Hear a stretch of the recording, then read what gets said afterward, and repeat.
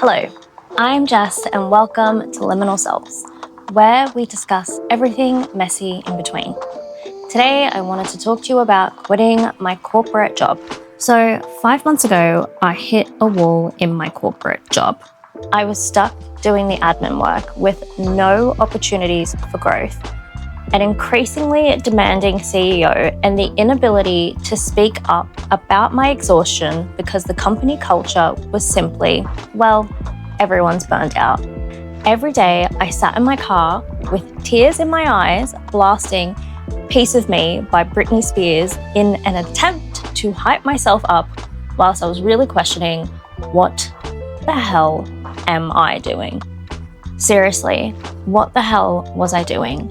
I went to uni and got myself a creative fashion degree, and here I was sitting in an adjacent marketing role, coding invoices, looking at spreadsheets, and coordinating email briefs for 8 hours a day.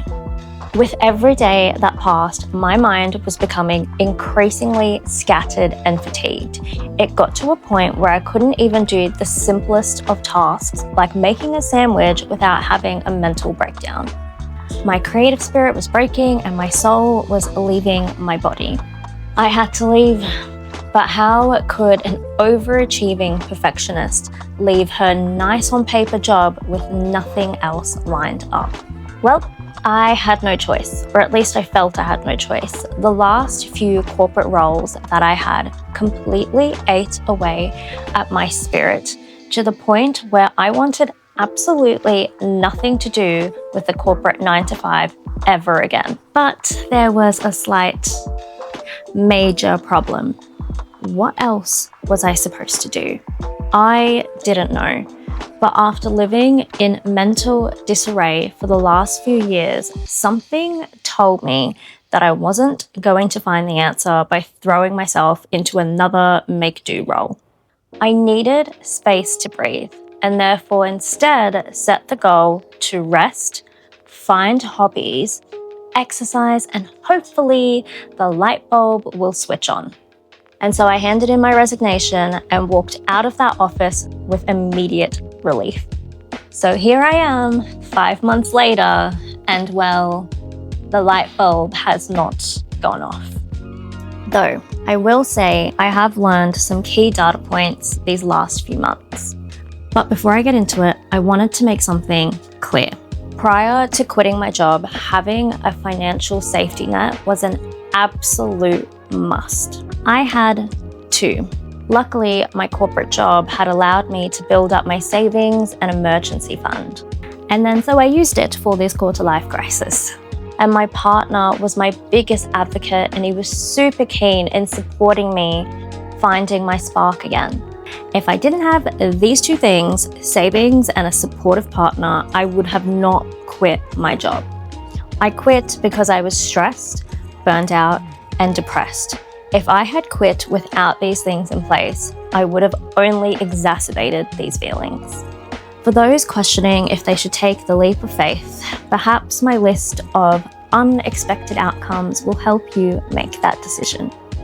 Okay, the first unexpected outcome. As somebody who, look, it's a work in process, but as somebody who bases their self-worth on their productivity, resting is hard.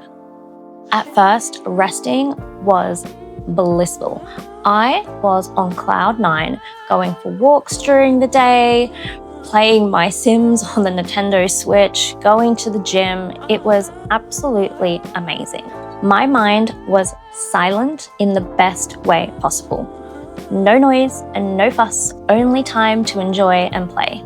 But it wasn't long until this blissful rest slipped away from my fingers and was instead replaced with guilt. I went from enjoying my time off to stressing over my next steps. It took, and it is still taking, active effort to embrace this season of slowness. Unexpected outcome number 2. I miss being around people. People are good for you. I'm in a stage of my life where I have outgrown my community and yet to find my new tribe. meaning that my job was where I got consistent social interaction. And though your colleagues don't tend to be your people, it is incredibly important to share, oh my God, there's a fly. It is incredibly important to share conversation and experience with people from all walks of life. People provide perspective, balance, and weirdly, a sense of comfort knowing that everybody kind of has their own struggles.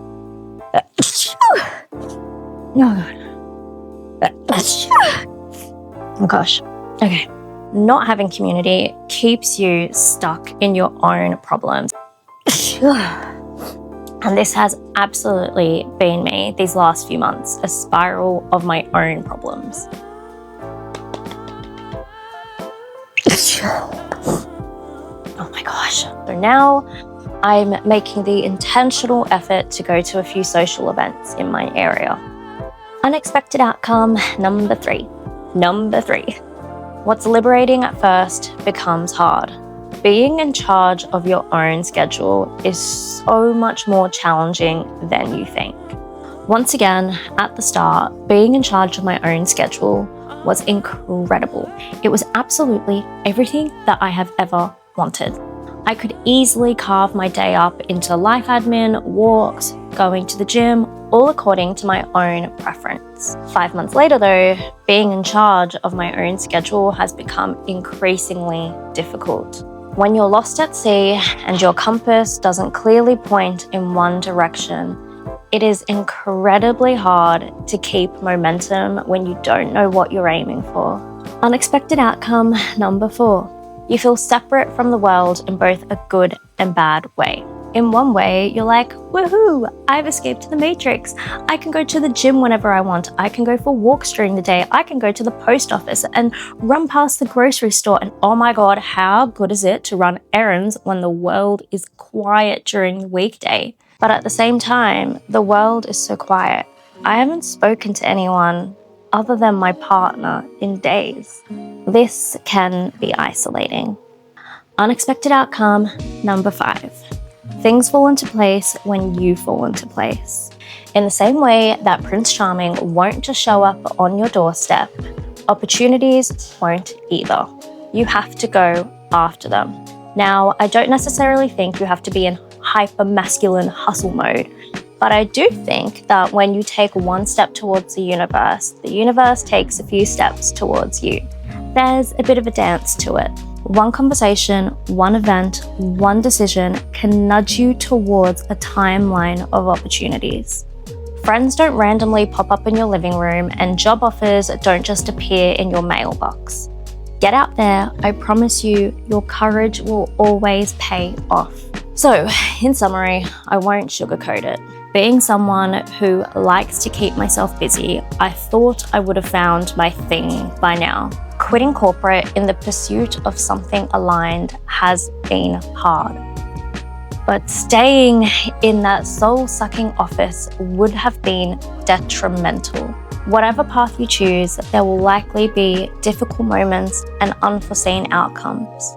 And though I am still jobless 5 months later, I have never questioned my decision to leave. I chose myself, I chose my spirit, and that's the path I'm taking.